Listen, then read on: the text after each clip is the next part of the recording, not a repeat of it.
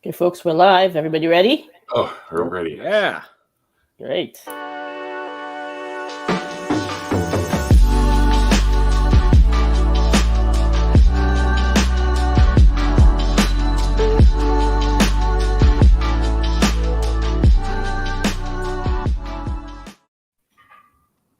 everybody. Welcome to Adventures in Social Media promotion from Global Voices.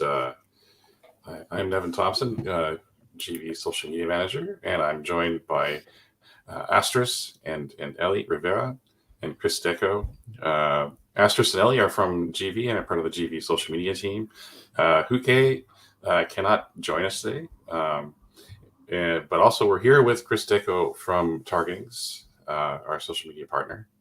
So today we're going to talk about the social media promotion in the context of newsrooms, how we approach our workflow, some insights that we have, how we use automation and things like that. Hopefully, if you have any questions, please use YouTube comments and other places, and we'll see them eventually, and we'll try to answer them. So first up, I'd like just to introduce ourselves. And I'll call on different people, but like I said, my name is Nevin. I'm based in Canada near Vancouver. I'm the social media manager. I work with GV since 2014, and I've worked in social media with GV since then. I manage the newsletter and coordinate activities, and I have a background in online marketing. And so next, I'd like to ask Ellie, then Astris, and then Chris to introduce themselves. So Ellie, please tell us a little bit about yourself. Hi, I'm Elizabeth. I am based in New York. I also have a background in marketing, and I work mainly on Twitter for Global Voices. And I'm gonna pass it over to my friend Astris. Hi, folks. I'm Asteris Masouras, is the surname, from Thessaloniki, Greece. I've, strangely enough, a background in mathematics, but my main thing has been always Twitter breaking news curation for the past 15 years.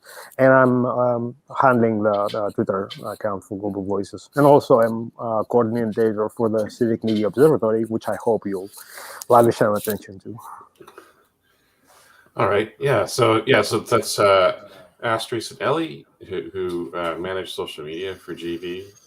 Both of them focus on Twitter, but Astris and Ellie and Huke, who's not here with us, they actually have lots more deep insights just into social media in general. So it's more than just Twitter, but Twitter's still pretty important for us.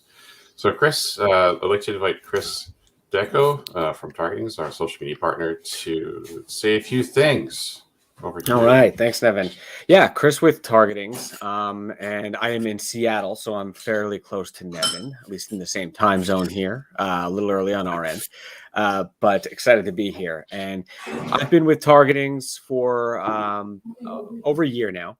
And prior to that, I have a background. I was a GM and group publisher of a national media organization called Tiger Oak Publications. And then previously in New York, I'm actually from New York, Ellie, and had a music marketing background. So kind of in the entertainment and content space since for about almost 18 years now.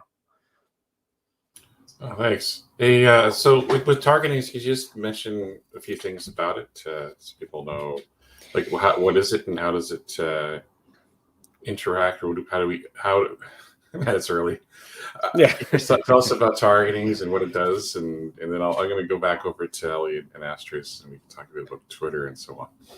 Sure. What is Targetings? Yeah, so Targetings at its very core is an automated social media content management platform, and it was built for publishers, for newsrooms, companies that have a ton of content that they're managing at any given time, and that they need to distribute across multiple social channels, and maybe even, if there's sub-segmenting across multiple newsrooms, multiple geographic locations, offices, or even teams, it's able to automate the routineness, the manual tasks of actually collecting that information, the URLs, the images, the descriptions of the articles, and then pushing them out based on whatever customized schedule that the newsroom or the brand would like. So it kind of just makes it easier to manage the flow of content coming through social media, and basically across multiple teams. Yeah. I mean, Global Voices, we publish, I can't recall how many stories a week, but there's like dozens of stories a week, and we want to make sure that people actually read the stories, and so we schedule them across different social media services like Facebook and Twitter in particular. There's also a newsletter, but we need a tool that excuse me, we need a tool that can coordinate all that and help us save time and that sort of thing. So I was wondering, if Ellie, you could talk a little bit about just our approach to Twitter, and I'd also like to hear Asterisk's comments too. But just like, could you talk a bit about Ellie? Could you talk a bit about how we schedule things on Twitter, like in general, and like things that we want to do and that sort of thing, just to give people an idea about like what an adventure in social media is. Sure.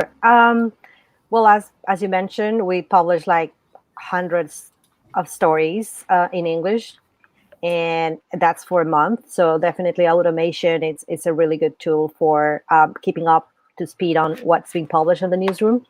And we divide the 24 hours of a day between Asterisk and myself. So it's, he's based in Greece, I'm based in New York. So I take over basically at night on the Eastern Coast, and Asterisk covers most of the European time zone. And that way, the stories that we publish in one time zone gets republished in the next time zone, and give it a little bit more of room to get to the eyes that we want to get. And well, basically that's it. In terms of kind of pushing the content, we also keep an eye on mentions and DMs, and this is a very important thing for us because we want to make sure that people on the other end know that there are actual people who can and are behind this newsroom and is part of GB core to come across that way. And so I try to reply to DMs, I try to reply to mentions, and that's a little bit of a difference between our newsroom and other newsrooms on Twitter. And that's kind of our approach. Sure. Thanks, Ellie. Asterisk, do you have anything to add to that? Also, our newsroom is kind of particular because we are one of the few newsrooms and organizations on the planet with as much reach in other languages than English.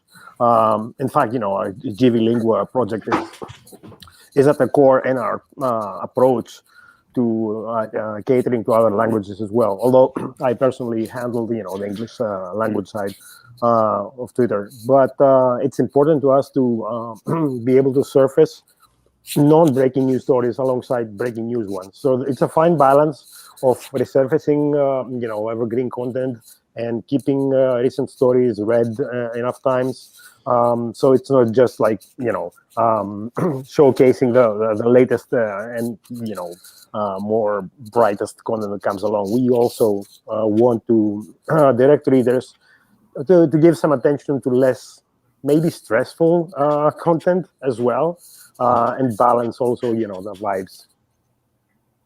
Yeah, and you made a very important note there that we're talking here about the English Twitter feed, but there are other feeds on Global Voices that are being managed by our volunteers. So we got French and Spanish, and and also it's a very good idea to sort of cross tweet each other to get a little bit more eyes. Although it's in another language, maybe kind of quoted on a tweet, and then in English, sort of like not subtitles, but translated, which is could be interesting. And then again, that's very important for GB to do those cross regional conversations and foster people to see things that may not land in their TLs otherwise. Yeah, I mean, GV, I think it was on the crawl. Thanks, George, our producer, by the way. GV publishes about, I say 25 to 30 stories a week. and they have to get sent out to various social channels. We talked a bit about Twitter, but we publish on Facebook as well, and we need some way to organize all that, because like we're all in different time zones, we're all doing our own thing, and so we need some way to keep organized. I think that's the same for like every news organization. I was actually going to ask Chris.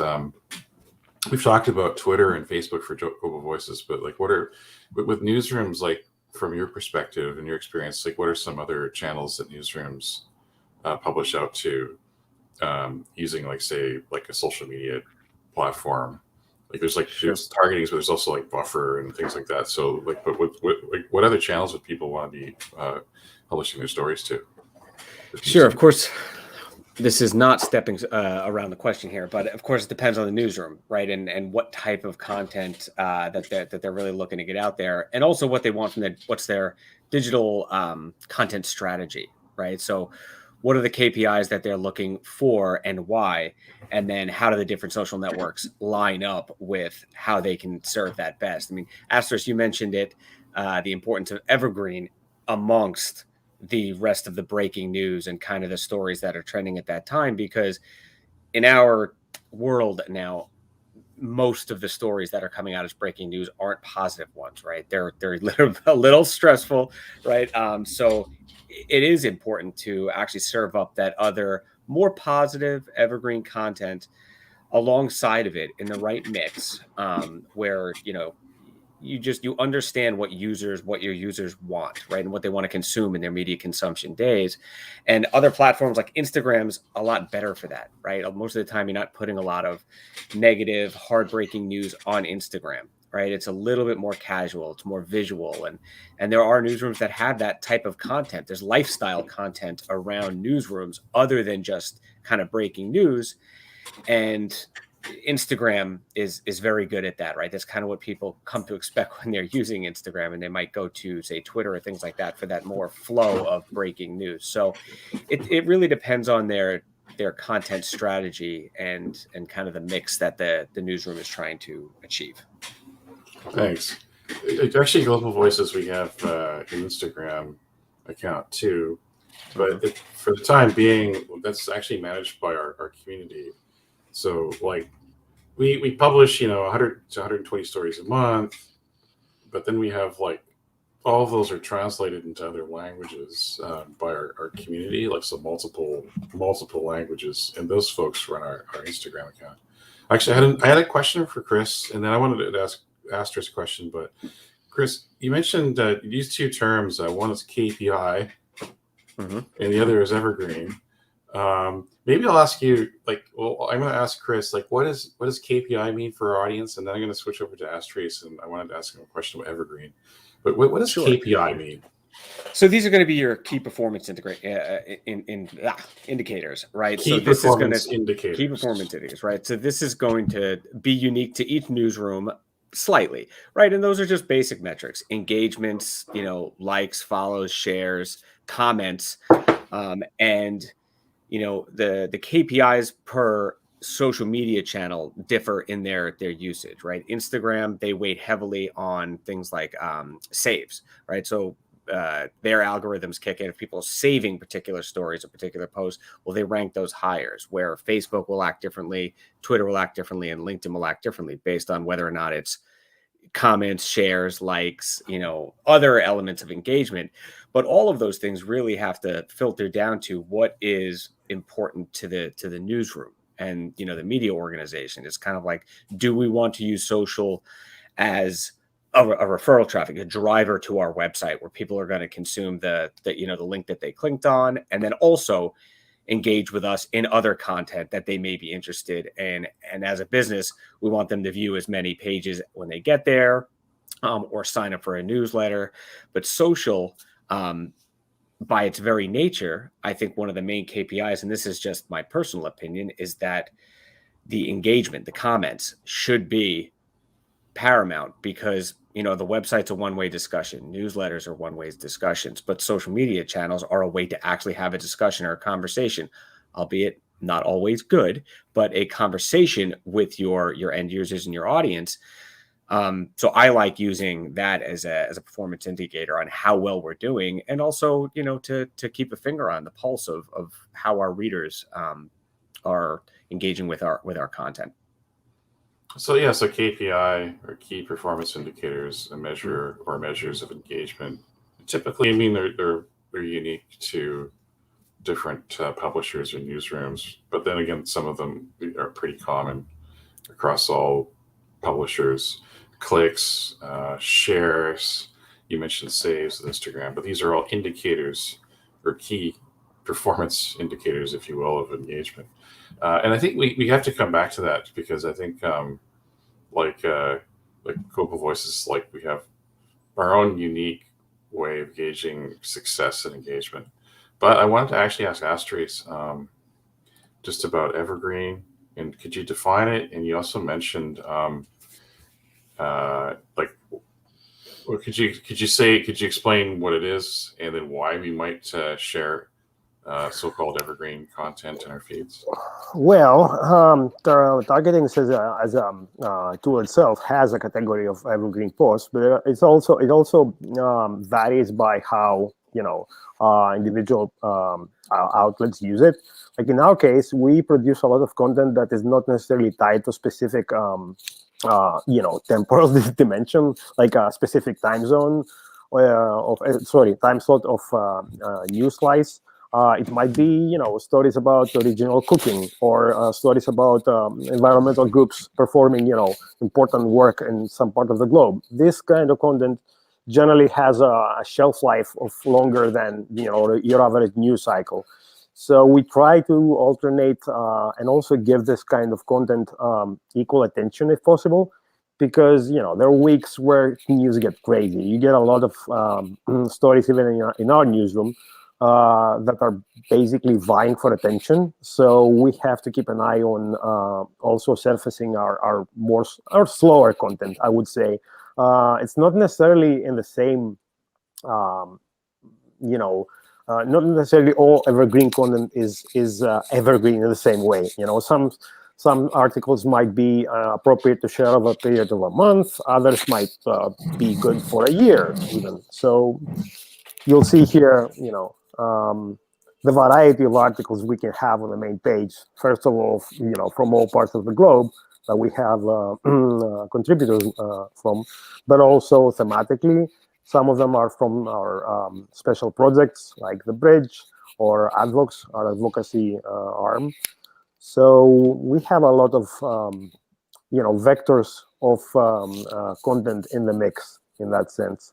And over time, we get a better angle on what kind of content performs better, has a better shelf life again. Yeah, because we have breaking news stories or news stories every day, and things change. I'm trying to think of like say the Hong Kong protests from a year ago or so. Like things were changing every day, and so a story that was published last week would probably need to be updated this week. And so you can't really reshare these older news stories because it's always updating. However, with an evergreen, which evergreen is like, it sounds like a tree that doesn't shed its leaves, like a conifer tree, a Christmas tree, or whatever. It's you can use these stories over and over again for for 6 months or whatever, because they stay fresh. Okay, so I just wanted to talk a bit about KPIs and evergreen and those sorts of like kind of almost jargony type things. So next up is talking about just sort of the social media team workflow. Like what does it look like? What are some challenges as a small team that we face? And then like how do things like developing news, how does that affect our posting? So Ellie, what could you describe for you, like what the social media workflow looks like, some of the challenges and some of the special things like developing news? Well, the workflow comes from two lines, right? One from what's being automated and already scheduled. Second, from our editors who also suggest some stories that need to be highlighted based on what's going on, and maybe suggesting some hashtags to follow so that we can insert that story into the conversation that's going on. And, Astrid and I cannot always know what's going on. So it's great to have those eyes and those recommendations. And then we also have sometimes developing news that we want to follow, right? And that's a very big challenge, because honestly, we would love to be following a lot of these developing stories where many of our authors are based, or where we have written stories about, and we can't, right? So we kind of got to go with whether or not we are available at that time to follow it through and curate content like it needs to be done. And Asteris can talk a lot about good curation in developing stories. He has a lot of background on that. But basically, it's also a good way to engage in the story and engage in a conversation. So, because that's an important thing, like it was mentioned, is not just about pushing content, but also have a conversation. And so when you follow a developing story and you involve some of the authors that write for Global Voices, and or the editors, or the stories that are being written, kind of gives life to everything that's going on in Global Voices. And honestly, it's a very great perspective to have in a developing story, because most of the times the angles that are covering Global Voices are not necessarily the angles that we cover for big news outlets. So that's one of the sort of goods and bads, because we would love to be doing a little bit more of this. And also other challenges. I'm sorry, Nevin, you were. Oh, sorry to interrupt. I was muted, but could you talk a bit about the angles and like what we cover versus what GV covers versus other outlets? Because maybe some people don't get that. How are we different? Yeah, sure. Well, it is about more of the storytelling and the personal point of view that gets to be covered from people who are actually there, live there, and experience life in the place where it suddenly becomes the news, right? And it's written in a more, again, the way that we write in Global Voices is not like just the facts. We give a lot of storytelling to it. We take care of adding some context so that anybody outside of that specific conversation understand what's going on. So we give a lot of time for that. And we also include, and this is kind of the essence of Global Voices, voices from the ground, right? So quoting people from other social media, or quoting or embedding some of those stories from different social media, and doing that curation in a single story. So it's a way of threading that storytelling. Okay. I'm just trying to think of like the adventure part here, because I think we promised our audience adventures. So if you could think of any adventures in this context coming up over the next few minutes, I'm going to switch over to Astris. So are there what is adventurous about our job, I guess, distributing news for the GV newsroom? But so Astrid, I wanted to ask you a question. So Ellie is mentioned just now that we like Global Voices focuses on the ground perspective, like actual local perspectives, like very local contextual looks at the news. And so I'm going to ask a question just from our notes here, but so how do we as an organization bridge geographic divides? How do we do social media differently from a conventional news organization? Because, just going on from what Ellie said, what makes our social media coverage different than, say, a more typical news organization? Yeah, that basically derives from our, foundational model. Like Ellie said, we do storytelling based on local perspectives. And bridging, that's always been the main function of Global Voices, the bridging function between regions, and basically staying there when the news moves on. So we don't just, move on to the next big story without continuing to keep in contact with people on the ground, because they're part of our community.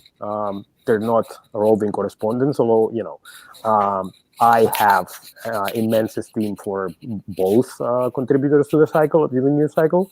But it's important that these people stay, and they are in their home countries or potentially, in the diaspora because of various reasons. But again, it's very much tied to the local context, and it's also the bridging function serves to explain the world to the world in a sense.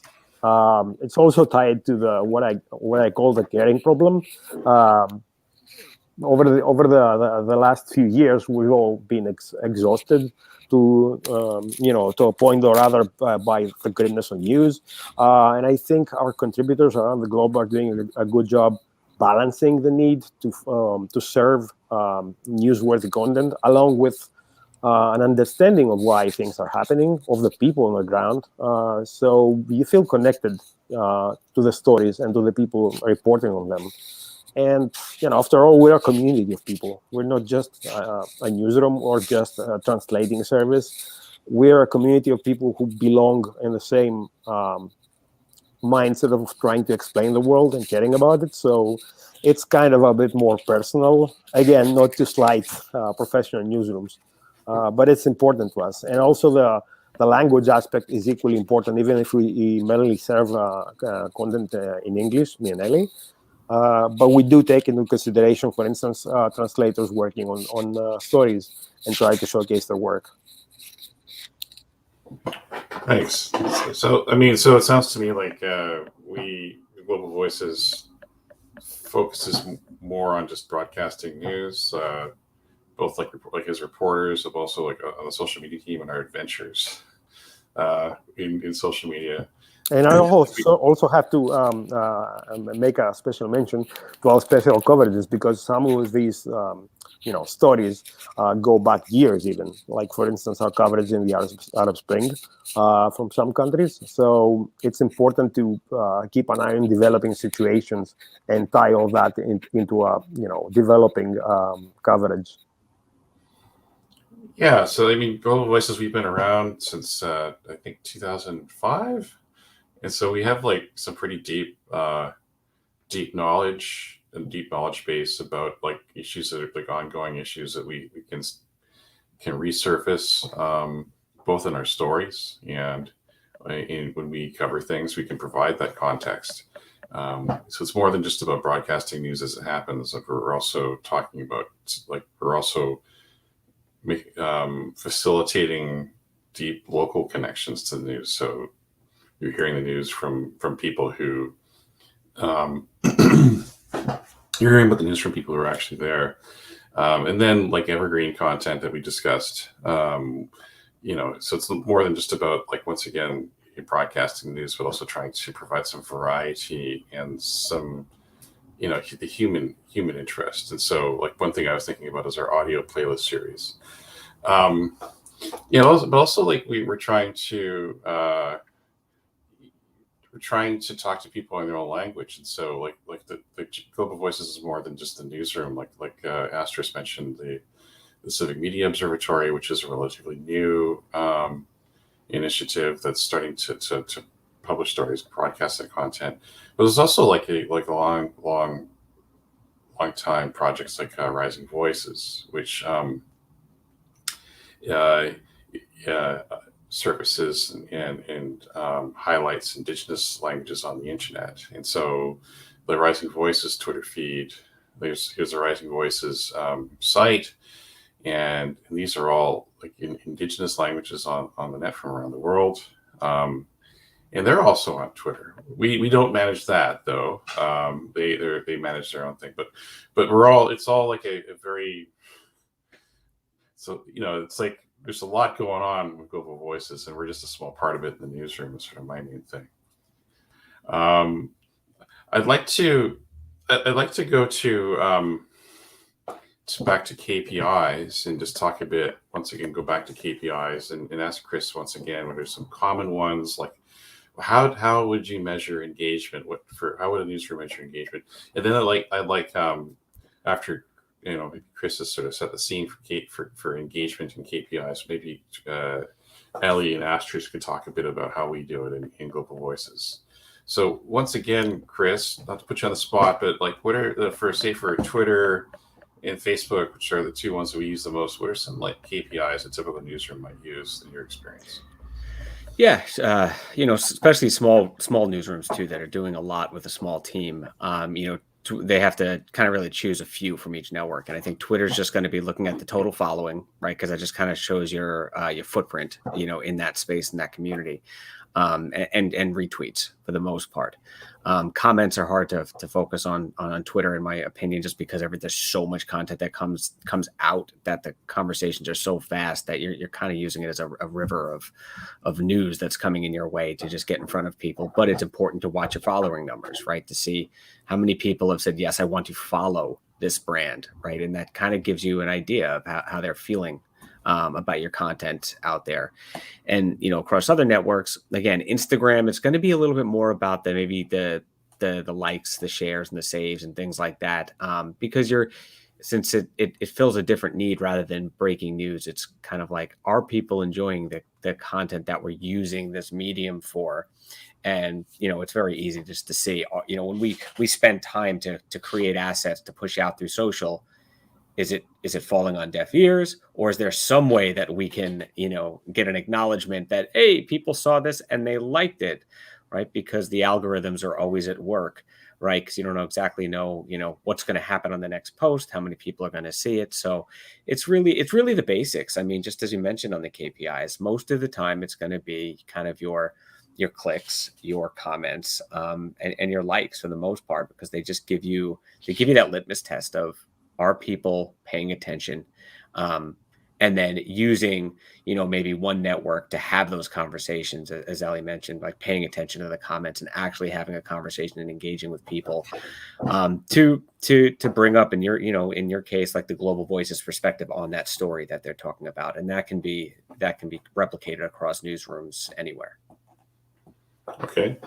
So yes, those are like three of the main ones that newsrooms might use, I guess, is Facebook and Twitter and Instagram. So Ellie, though, like for you, when you want to let GV authors and editors know about, like, say, a post is like their post is, or their article, their news story is performing well on Twitter, for example, what are some metrics of engagement? How would you assess the engagement of a particular story on say Twitter? Well, besides what Chris said, there are also two other good points. One is whether or not influencers or people with a lot of followers share our story, quote our story, or engage in our story. And the other is whether or not people that are impacted by the story share the story, comment the story, and just generally follow through with a conversation that we may or may not be part of, but we can look at it because they add us in the beginning, and then you can see the whole thread, and it's very exciting to see that second conversation happening, because that means that the story itself took life, and it's just happening on Twitter, and maybe that's just the platform that I see, and I'm sure that could also be something to look at in Facebook and in other platforms. But those more sort of qualitative points, I think, are important to keep an eye on. What's an influencer, by the way? For me, it's someone that it might or might not have a blue check in Twitter, but it's someone that is relevant to the story and has a good breadth of followers, so that the story, when that person engages on it, really gets amplified exponentially. So that's what I consider an influencer on Twitter.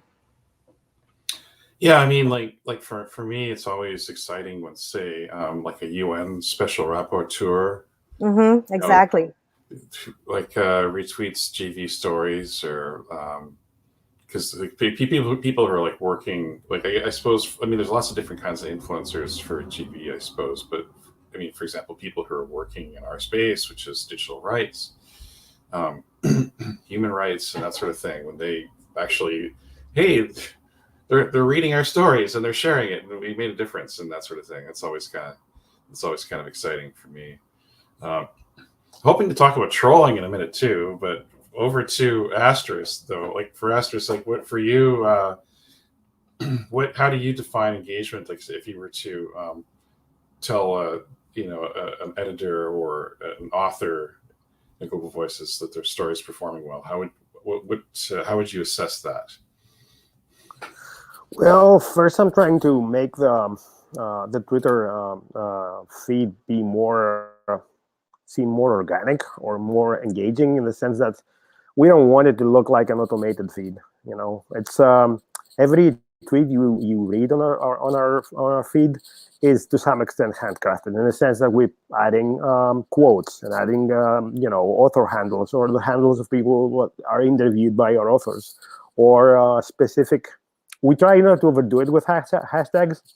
We try to just use one or two at max, hashtags that are actually permanent, and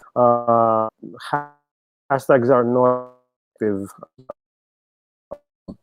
promote content as they used to be in past by scammers, and they're generally unreliable, but they are generally useful, especially to people focusing on a story over a lengthy period of time. Like, for instance, what's happening in Myanmar. It's the main hashtag being followed by people on the specific country, especially after a coup. So, and also, you try to showcase relevant quotes from inside an article to make sure that actually people read the story. So it's not just about resurfacing the same old content, and also engaging authors. Occasionally, we hold specific threads explainers in a way. Participants in their work, and again, webinars like this one, which have increased in number in the past couple of years, which also help to bring the audience in contact with the participants in our communal story, which includes, of course, the translators and newsroom and the special projects. So it's sort of like a composite work, and it's not just about specific tools in the tools. It's like weaving all of the processes and engaging the people, of course, off platform as well. So you're saying like to engage audiences, it's more than just broadcasting stories, but there should be, I guess, a content mix, a kind of a variety of different kinds of so-called content. I really, as a journalist, like in marketing, it's pretty common to use content. In journalism, I always feel kind of weird using the word content because it sounds sort of, I don't know, skeevy, sketchy. But it should be a content mix with stories and different kinds of stories, like workshops, like these webinars and that sort of thing, to get an engagement. And then Ellie mentioned that there's different ways to measure engagement, to assess how a story does it, and it's more than just about shares and likes and comments. I'm not sure if we do get a lot of comments on either Facebook or Twitter these days. Like, are there any comments happening in our Twitter feed, like on our Twitter stories, like meaningful conversations happening? Because my assumption is that branded accounts like the GV account or even the New York Times account, branded news accounts don't result in a lot of conversations. It's more the conversations are driven by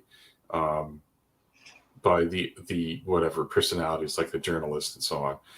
So Ellie, have you noticed any conversations happening in the GV feed? Yeah, actually, are they happening? Yeah, they're happening, but they happen. I've noticed mostly when we push out a story and we add the author or editor or someone involved in the story, and then someone replies to that, and or engages with that, and so the author engages with that person, and then that kind of rolls out, right? So that's sort of the conversations when they happen, that's what I've seen, as opposed to just a person replying to a tweet. So it's kind of like a reaction, and then the author engages on it, and then the whole thread starts kind of to take life.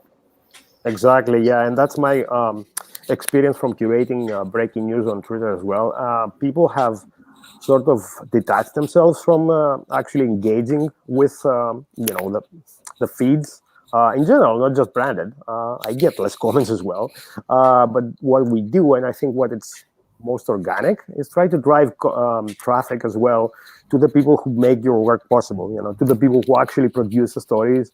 So it's important, like, to me, it's more impersonal if I cannot attach any handles or personifying elements to the story. So I'm always glad to see people actually asking her authors in response to the tweets. So if we're just broadcasting a story and we don't tag an author, there's less chance of a conversation starting than if we do tag the author or somebody else. But if we do tag the author, there's a higher chance. Huh. Yep. But there's also, like, I guess, so-called bad engagement with trolling, and that's engagement we don't like. It's because it's, like, obviously, like, unpleasant and negative.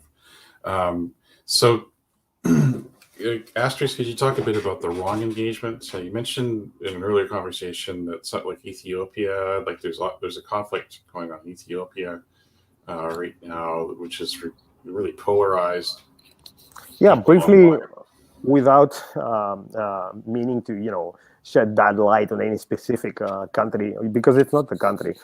It's the practice of what we used to call 50-cent armies that has spread basically across the globe. And in some jurisdictions, especially where there's conflict on the ground, for instance, we've seen that a lot, between Ukraine and Russia in the past decade. Also, Saudi Arabia related stories through a lot of negative comments. And Ethiopia was just one example of a very polarized context where both sides supporters of both sides in what is basically developing into a very, depressing, frankly, conflict. Both sides had amassed their digital armies to fight their cause, and were attaching themselves to any sort of coverage or any sort of mention of any side. So it's particularly grating to have to work against this kind of flow on social networks. But again, that's not even the worst kind of attention. The worst kind of attention is the one that is basically targeted at authors, right? So that's the kind of negative engagement we want to avoid at all costs, like the attention, the negative attention that targets people and possibly endangers them. So we're very much on the lookout for that kind of activity. Yeah, because I think that's a good point, because like Global Voices, we do report on things that are happening all over the world, and like, our authors, like, regularly, I'm not sure how often, but are pretty regularly, kind of put into significant danger, because our authors are also targeted by this, like, state authorities, trolls, and things like that. And so, as a social media team, we have to be really mindful of that. Ellie, do you have any thoughts on trolling and how to ensure that authors are kept safe? We don't have much time to talk about it, but what are your thoughts on that? So you also work with, like, IFAX and so on. I have so much thoughts about trolling, but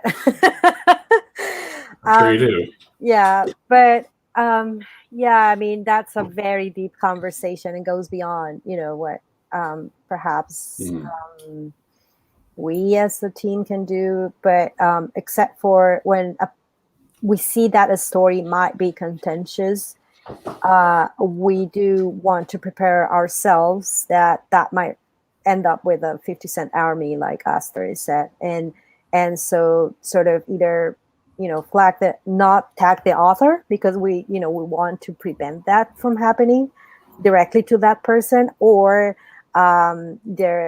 GB also publishes stories anonymously, or the story, we think, okay, once we put it out there, we might get a flood of trolls, simply mute that, because we also don't want that. We knew that that was going to happening, and we know that following that conversation is not going to take us anywhere. And I think we've gotten good at sort of spotting beforehand, like what kind of stories are going to take off. Aster has mentioned a couple of things, but some stories from other regions as well take, especially when you talk about elections or some political context. Trolls from either side of the aisle come back at it, flooding with either backlashes or simply just noise.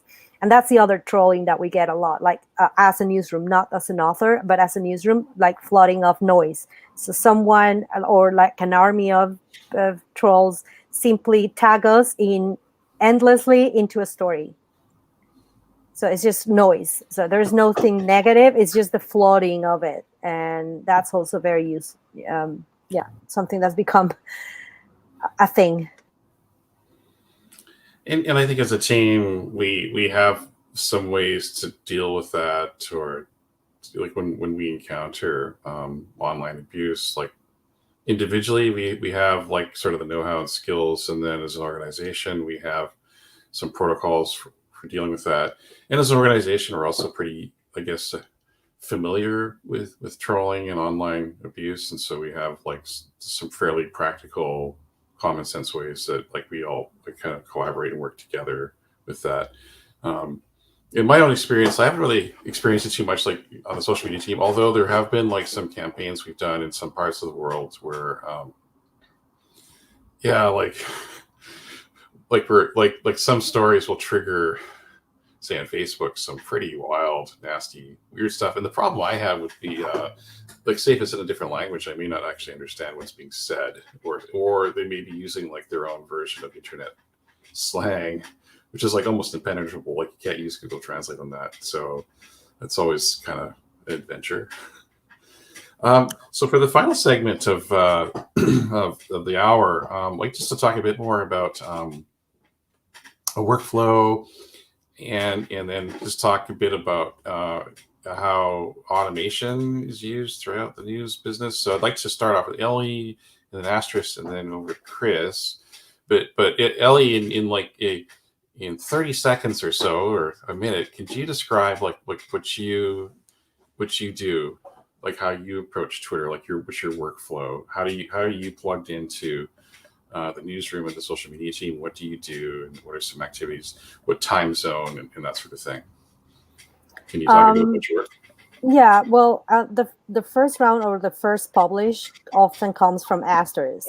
So what I do is like, because he gets kind of the first dibs at some of the stories that we publish, and so what I do. I'm sorry to interrupt you for a sec. So Astris is located in Central European time. Yeah. In Greece, and so Astris has sort of like for those of us in North America, especially for those of us in Pacific time zone, but I think Eastern time zone, New York City is not so easy either. Astris is already there, taking care of things before we even start our day. So Astris I'm closer to your time slots because I'm a late riser, but also, because I have to bridge all these time zones. But yeah, I kind of start a bit, ahead of time. So Ellie, what do you do, Ellie? So with that in mind, with that in mind, I check what's been published and see if there's anything that came in. Oftentimes, the Caribbean stories, for example, come later, so that I try to plug them in, and also retweet things that Astris has already published. So that way, as I mentioned at the beginning of this conversation, eyes get on that story from different time zones, right? So there's nothing wrong in retweeting in different time zones a story that's already being out there in our flow. I check my DMs. I check my the mentions that we have, and again, if there's someone that is strongly related to a story or a conversation is happening, I try to retweet that so that again, kind of keep the conversation going, or even thank some of those influencers that we talked about for republishing or putting our content out there. So that's kind of what I do. Review what is done, see where the gaps are, and then after that, take care of the mentions and conversations to also do that manual labor of getting the feed fresh. Okay, so we're kind of like coming in part two of the flow here, because Astries has already started scheduling things, but basically you like Astries is schedule a lot of stuff before the start of your day, and then you come in and add value or enhance, retweet, that sort of thing. So okay, so Astris, but you're way ahead of us in Central European time, so you're already up. Could you talk a bit about like what tool you use? Could you talk a bit about targetings and like how you schedule? Actually, Eastern How you European. choose? Yeah, so is it central? Is Athens central? I'm not in Athens. I'm not based in Athens, but Athens time zone. Is it central? I keep But where confusing. are you based? I'm Thessaloniki. It's like the Where's northwest. that? It's the northern part of Greece, and it's the second biggest city in Greece. So yeah, Oh, I'm sorry. no, it's okay. Man, I feel So embarrassed now. no, don't worry about it. So in terms of part of it, a lot of it basically is being just a news curator and being aware of stories around the globe, which is what I've been doing anyway. So whenever stories are like, I'm anticipating stories out of the newsroom, I'm not necessarily expecting our community to cover everything going around the globe, but I do have a reasonable expectation that some stories will crop up in a newsroom, so that I can basically schedule them in a reasonable time slot and be able to re-up those stories and keep them fresh, over the space of a week, for instance, or even be aware of what kind of stories could do with some more resurfacing for the following week. And again, interspersing with stories that are more evergreen, not in the sense that targeting S defines it, but in the sense that, they don't have a specific time slot that they need to be covered. Other times we might have some stories that are like, elections are tomorrow, so we need to treat that story out like in the same day. And again, try to give equal, coverage to stories, in the sense that, some weeks are more busy than others. But again, I hate to leave stories without resurfacing at least once, in the same week. And trying to again populate the story with varying quotes, hashtags, author handles, and be aware of the timeliness of the time zone, basically. So I try to keep stuff that are closer to the European and African and Western Asian time slots, closer to the morning zone. And doom scroll a lot, frankly. Doom scrolling is, yeah. I used to call it curation, but we're all doom scrollers nowadays. So, yeah. So we use the targetings as the engine for that. So Chris, we're going to open the floor to questions before we conclude. But Chris, could you just talk a bit about targetings, and because that's what Global Voices uses as a sort of is our engine. The social media schedule. Could you talk a bit about targetings, and could you talk a bit just about how other newsrooms use it and some of the benefits of that? Sure. Yeah. So, as kind of Astris and Ellie, as you looked at the workflow, right, that the content kind of starts in with Astris and in his world, and even Astris is collecting it from different time zones and then scheduling it out. And then Ellie's going to come in and then kind of find out where the gaps may be, and then start to respond to those stories that are out there, and maybe then kind of put some more fuel in there with retweeting and sharing and commenting and things like that. So the targetings platform is used, for Global Voices is to take all that content and then filter it into the schedule, so that Astros can see what is upcoming, basically what's coming in from the pipeline, and then where and when do we want it distributed. And Astros can kind of jump in there and manage that more effectively. I mean, that's kind of where the automation comes in for Global Voices. That would take, if you didn't have a tool, right, to actually collect all that information and then put it into a schedule based on your strategy and where your audience is, that would take hours, to go collect those stories and those, those headlines, figure out where you want them to go, plug them into a schedule.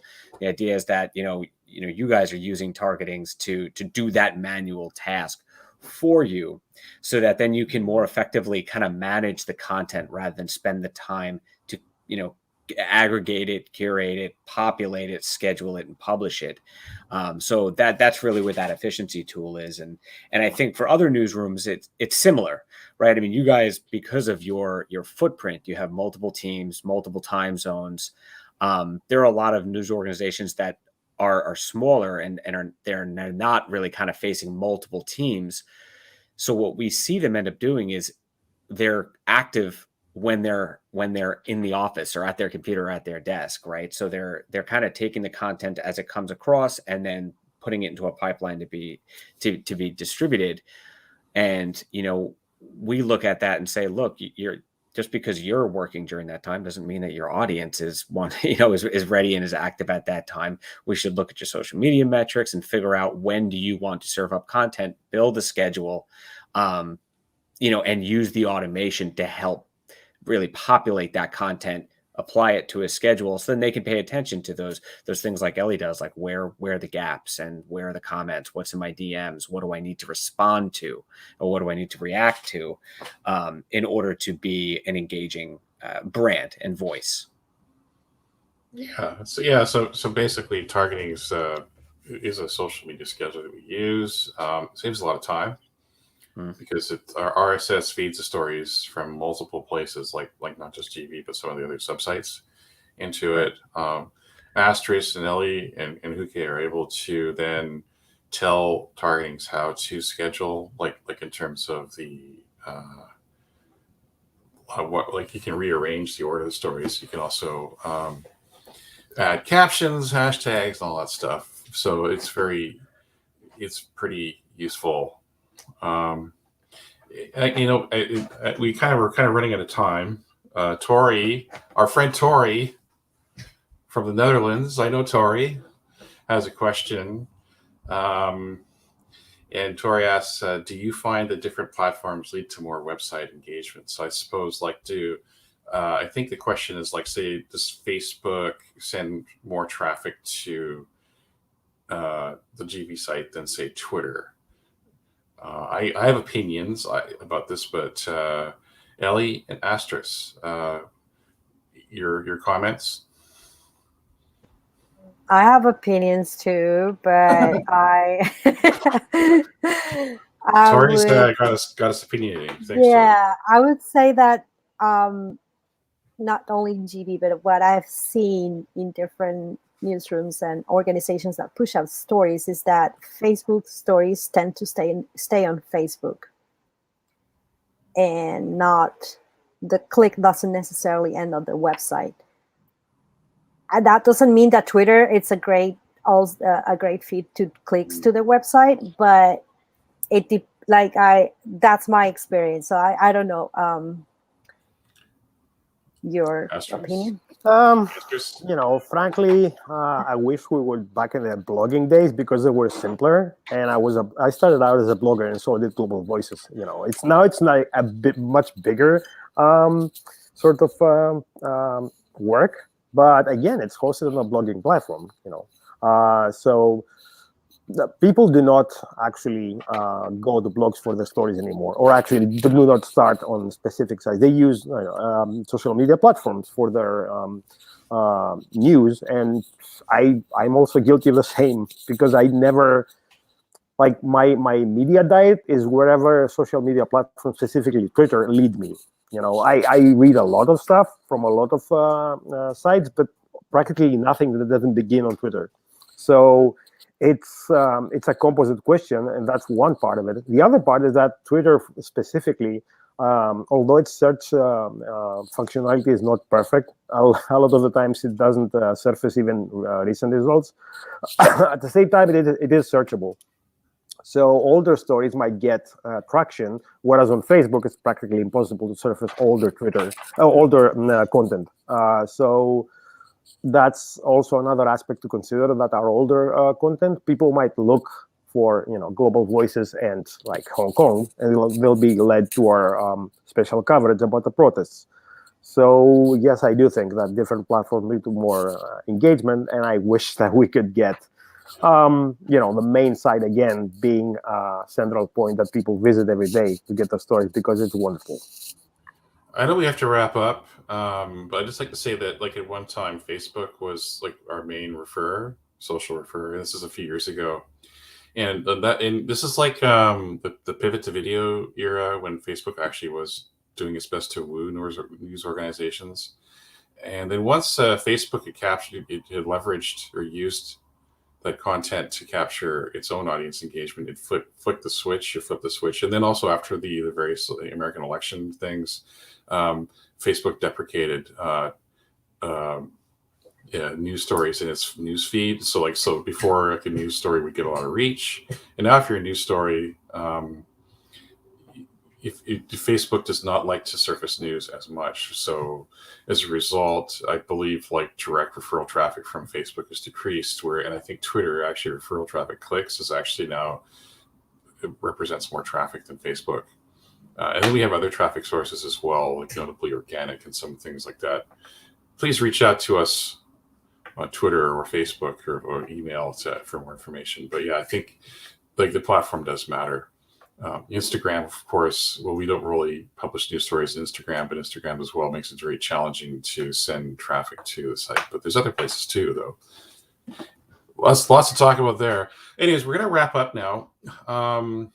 So I'd like to thank Ellie and Astrid, and also Huke, who's not with us today, for participation leading up to this and today. And also Chris Deco from Targetings. Thanks so much for making time to spend an hour talking about adventures in social media. And just to wrap up, I'd like to talk about Giving Tuesday, which was just a couple of days ago. We're still encouraging you, if you can, to donate throughout the month of December to Global Voices. There's a link here. It's the Global Voices domain /donate. No exclamation mark though. But please donate to Global Voices this month to help support independent journalism and all the different languages that we're in the community and keep this thing going. But thanks very much. And please, do reach out to us as well if you have any questions.